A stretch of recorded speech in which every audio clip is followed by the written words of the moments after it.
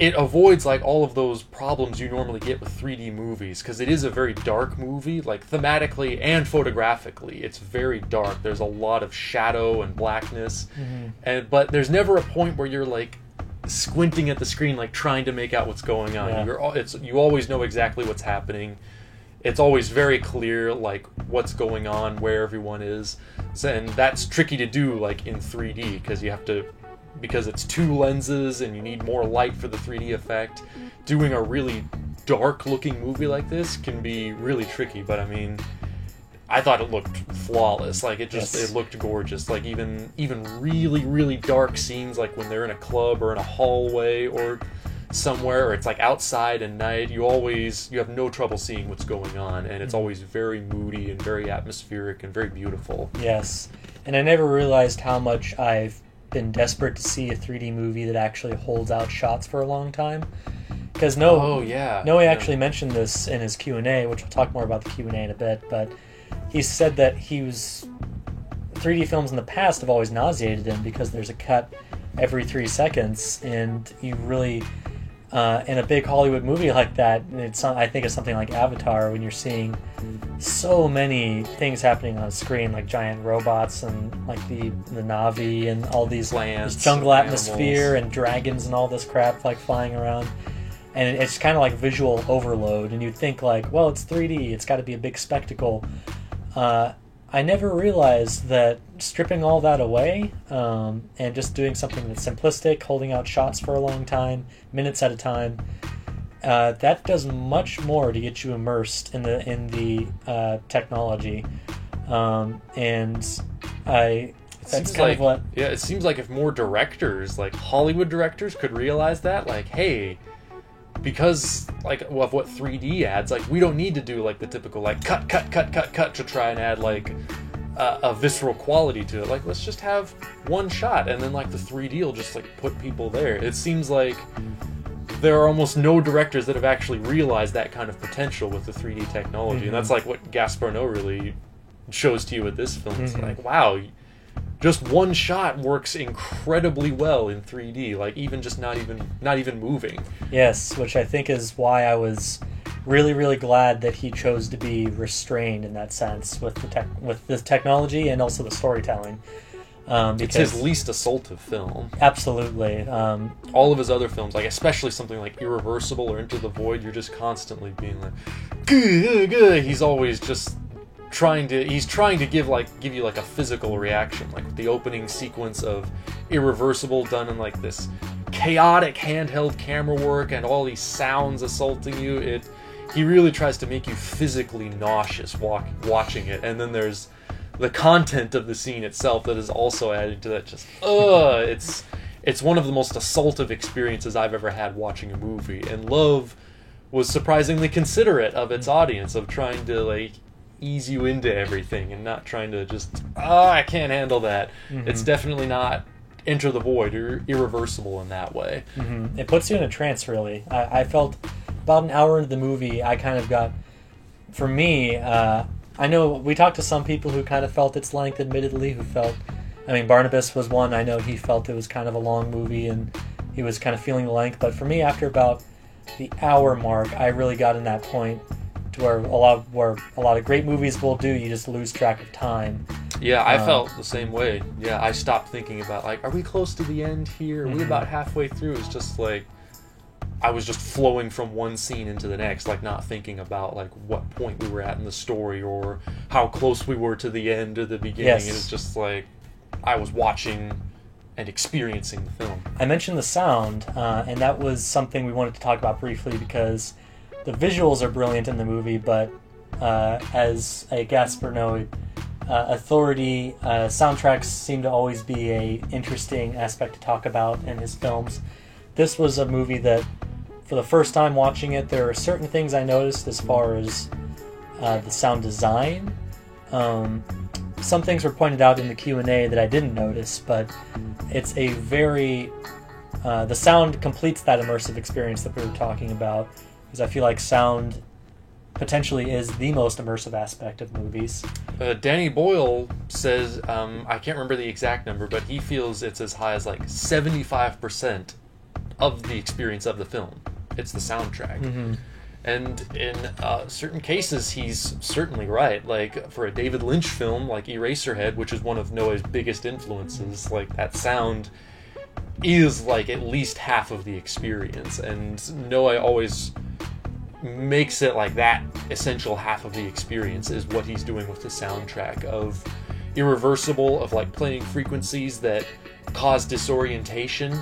He's having those play in, like, the more chaotic scenes to add to that nausea and that chaos. And with Love, he does something really interesting, which is that he has like a consistent sort of like ambience, like a sound of like rain falling and water that carries through the entire film. So like every cut, there's no jump like in the sound. Like the image will change, but the sound remains consistent, and so it adds to that kind of fluidity of just one scene flowing into the next, because that sound carries us through very smoothly. Like, we always hear that rain pouring outside. In those 12 frames of black, for example, the sound doesn't drop out. It always continues the entire movie, which is also why it feels so smooth. It doesn't feel like, when it's constantly cutting the black, it doesn't feel like the movie is stopping. Yeah, it's not like, here's some background noise, and then silence, and then new sound. It's always that sound carrying you through. Mm-hmm. And it's really, I think, just a brilliant idea to think, if we're going to go completely subjective from Murphy's point of view, and he's reflecting, and he's sitting in his house, and it's raining outside, you know, that's always going to be there. That ambience is always going to be surrounding him, so it surrounds the whole movie. Really, really creative choice, and sometimes that rainfall will turn into a similar sound, like like a shower. Like a shower, yeah, and or it'll morph into something like, isn't there, like heavy wind or something like that, where it's kind of just more of like I don't remember that. Almost kind of like a static, like noise constantly. I don't know, because at a certain point, I stopped noticing the sound because I'd just gotten too immersed into the movie. But like at first, when it was beginning, I was noticing that, like, oh wow, that's really interesting. Mm-hmm. But then I stopped paying attention, so I couldn't say exactly like when it shifts. And I know Gaspar Noé mentioned in the Q&A that that noise will cut out when a song comes in on the soundtrack. And there's a lot of great choices for music on the soundtrack. Yeah. And it's worth finding the soundtrack to this movie. Well, he said he couldn't release it because oh, that's right. Yeah, he uses a lot of like very well-known music, and like with how strict copyright is, he never thought he'd be able to get the soundtrack on the movie. But he called everyone up and said, like, I'm Gaspar Noé, I'm making this movie, I'd like to use your song, and they all said yes. The only one he couldn't get, I think he said, was a Paul McCartney song, but that was only because Paul McCartney no longer owned the rights to that song. I think he said like Disney owned it now or something. It's Michael Jackson. It was. Yeah, that's right. Yeah, it was actually, he died. It got all mixed up in this legal limbo. Yeah, which the song was actually a Beatles song. It was going to be "The Long and Winding Road," which actually the fact that he didn't get that song changed the overall soundtrack choices, because then he was like, well, I might as well have all songs with no lyrics. Yeah, all instrumentals. Yeah. Because he didn't want to like have the focus be on the music. He wanted all of those choices to add to the intimacy. I think he said that pretty much he chose it by just shuffling through his iTunes and watching scenes from his movie and basically picking songs and be like, oh, this works, and then putting it aside. And you kind of get that sense. It really feels like it's not music that's picked because it's easy to acquire. It's picked because it really fits the mood or fits the emotional state. Really, really well done. I would absolutely agree with that. I was really digging that soundtrack. But like Noé said, he managed to get permission to use it in the movie, but he would have to pay millions and millions of dollars that he does not have in order to release the official soundtrack. We'll get a Kickstarter going. Yeah. Get the official soundtrack to Love released. You can find it on YouTube. People have put together playlists. Yeah, that works too. That's free. So we're going to kind of wrap up by talking about the Q&A that came after the film, where Gaspar Noé and Carl Glusman got up and talked about the movie a little bit. Both really interesting people, very nice, very courteous. They were taking photos with people after the show. I was surprised how soft-spoken Gaspar Noé was, too. He was very quiet, very reserved. You wouldn't guess that based on his work. Yeah, he was Very nice guy too. I think he had that kind of like sometimes someone asks him a question and you can tell he didn't. Well, there was something kind of lost in translation where he wouldn't really directly answer the question. Yeah, a little bit. Yeah. Yeah, but I mean, still, he was very courteous and tried to answer to the best of his ability and would give thorough answers to everybody. And sometimes too thorough. He's a film geek. He loves talking about movies. Yeah, absolutely. I loved it, but I'm not sure if everyone in the audience really dug it. It took me about 2 questions to kind of decipher, because he's kind of a mumbler, and he also with the accent, English is not his first language, so he speaks with a distinctive Argentinian French accent, so that's very unique. Yes, but after a couple questions, I was able to, not have to put my ear forward and just kind of listen to what he was saying. And he actually had a lot of interesting things to say about the movie, just as far as his influences and what inspired him to make it. And I think it was something people have already discussed with his films as a Kubrickian influence.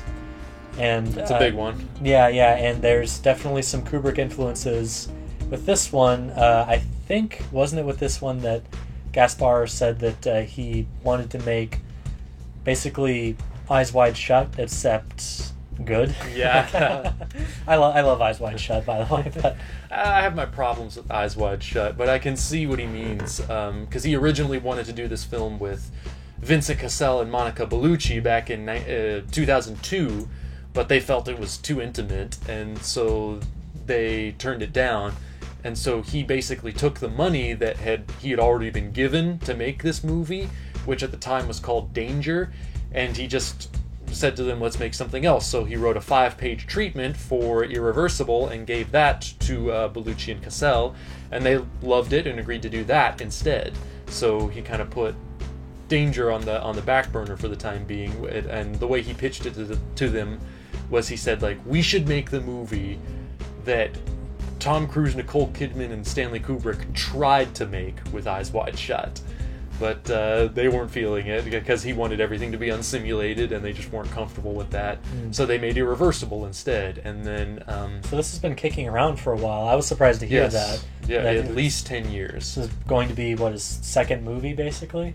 Yeah, his second feature-length film, and then after the success of Irreversible, he was basically in a position to make whatever he wanted, and he chose to make Enter the Void because that was something he'd been thinking about since he was a teenager. So he got to make that dream project, and then after that, he came back to the idea for Danger, and I think he was a few pages. He said he added a bit more to it, and he actually made the film based on a 7-page outline, this is the way he typically works.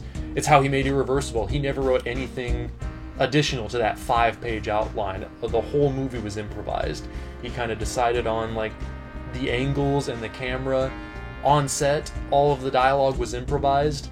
He did the same thing on I Stand Alone. He did the same thing on Enter the Void. He did the same thing on Love. 135 minutes, and going off of the traditional script format, which is 1 page equals 1 minute, a 7-page script would be a 7-minute movie, but he's got almost 140 minutes out of it. So all the dialogue was improvised, all the camera and visual choices were decided on set. There was no storyboarding, there was no planning, which is amazing when you look at how composed this movie seems to be. It looks like you said, with the visual matching between the cuts and the transitions and everything, you would think, looking at it, that oh man, he must have planned every single shot from the beginning.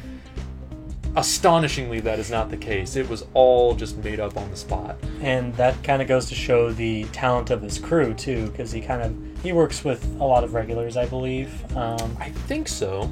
The troupe of actors are all people who I think are mostly first-time actors. Yes. And it's also astonishing to see how much they were willing to put themselves on the line for this film, and how astonishingly good they are in the movie too. Of when you realize that a lot of the dialogue is improvised, a lot of the even the lovemaking is improvised in a sense. It's unchoreographed. Yeah, it's pretty astonishing that something so, like you said, composed was the result of it, not something that feels messy or Yeah, directionless or handheld cameras and a lot of jump cuts and stuff like that. It feels like a very specific kind of vision and not something that was just made up on the fly.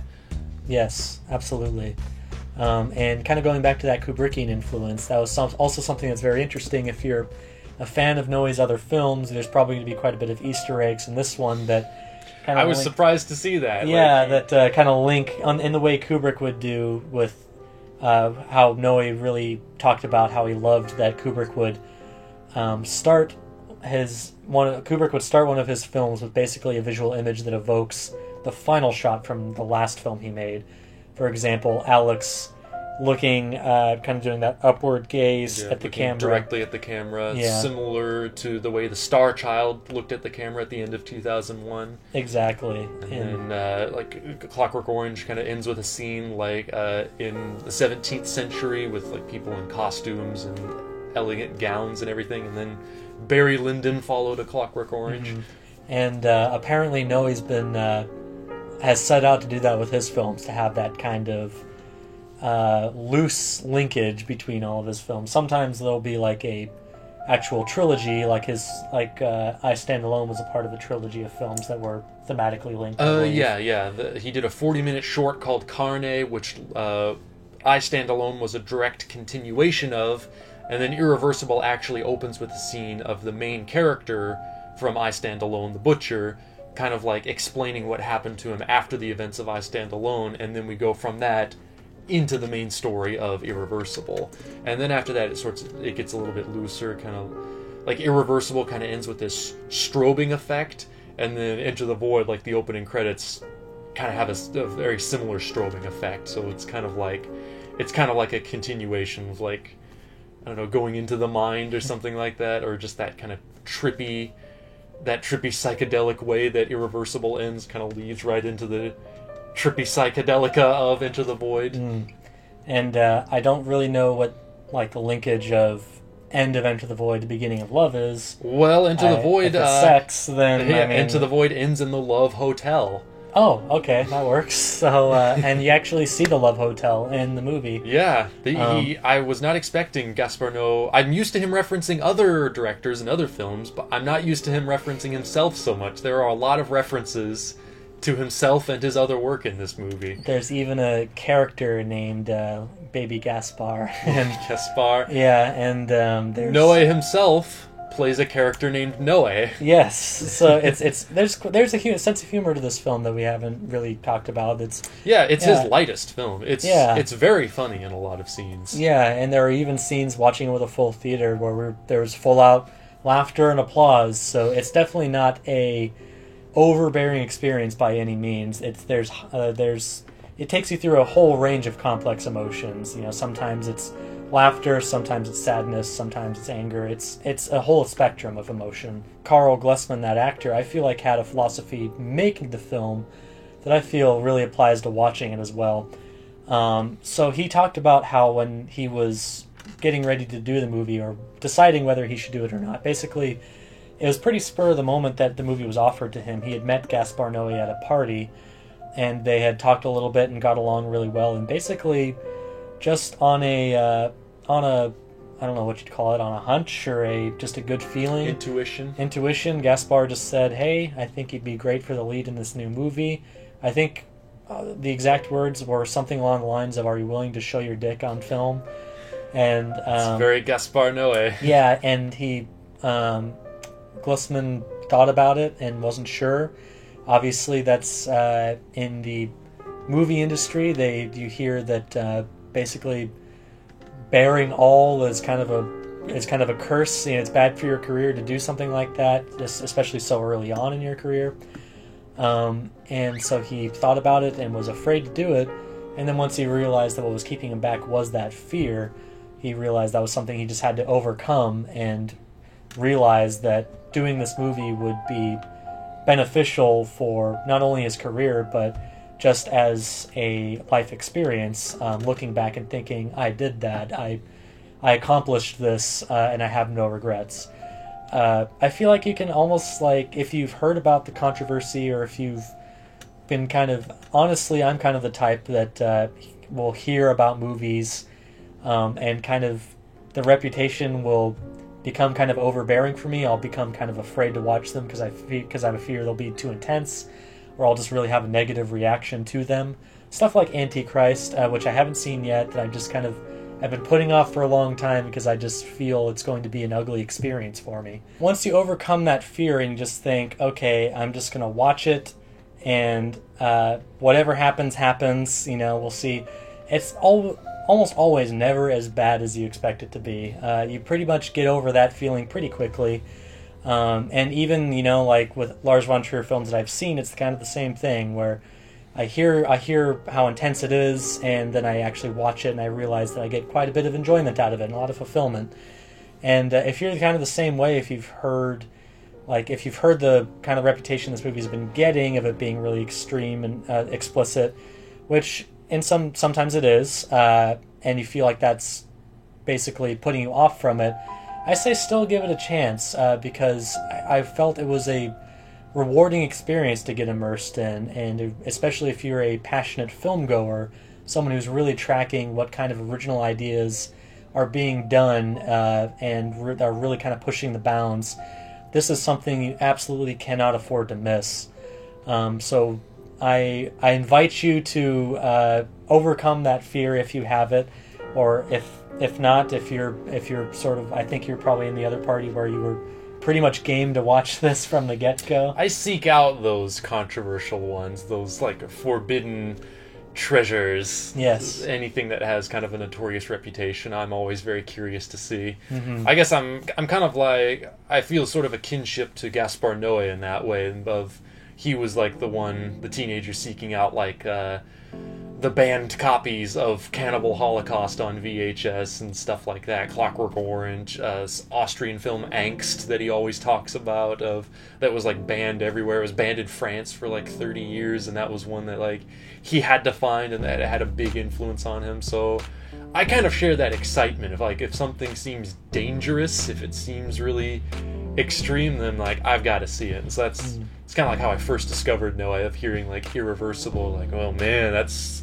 as extreme as you get, so I had to seek that out. But like, it was so much more than just that extreme content. It was a visionary work. It was something I'd never seen before. It made a very deep impression on me in just the way it told its story, and the vision behind it, and the kind of fearlessness to it, of just like, I'm not gonna hold back from anything. Like, if I want to show this, then I'll show it. If I want to explore this aspect of life, of humanity, then I'm going to explore it. I'm going to go there. And that's what I've always really admired about his work.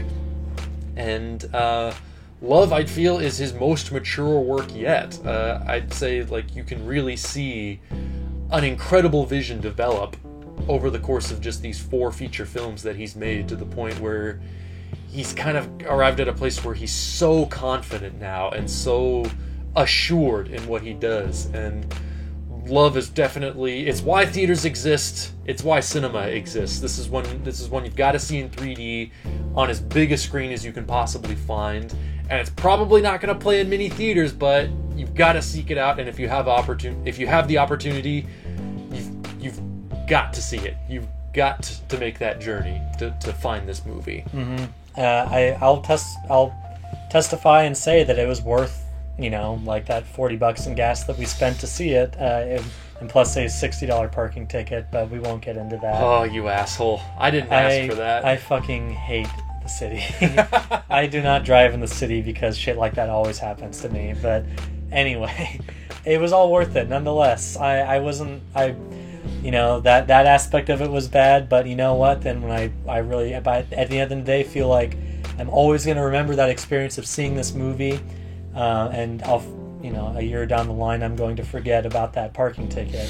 So it's worth seeing, and worth kind of going out of your way to see it, to support it, and support. Which you probably will have to with a movie like this. Absolutely. So make a trip, get some buddies together, all pitch in for gas, do a road trip, take the bus, and just support an independent theater that's playing it. Support Gaspar Noé for making such a bold, audacious, powerful film, and support the 3D release of it, show that there's still an avenue for this kind of film, that people are still interested in seeing this and not just have it go directly to streaming in a way that would compromise the vision of the film.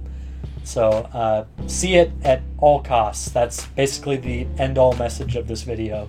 Stay subscribed to Idiot Box, to Disregarding Henry. Check out all the videos we're posting there. You just posted a review of I Stand Alone, funny enough. Yes. And that's no coincidence, really. This is Gaspar Noé week for you.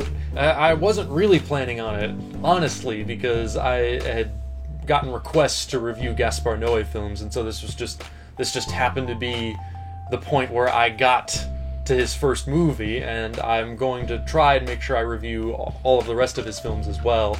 And it just happened to coincide with the weekend we went off to go see Love, so I guess it's a happy coincidence because we can sort of cross-promote the videos with each other's channels.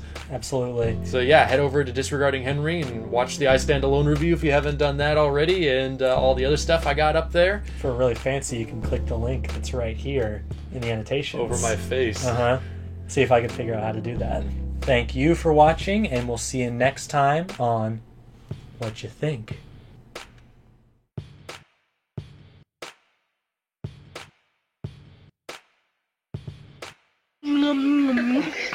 I'm hungry.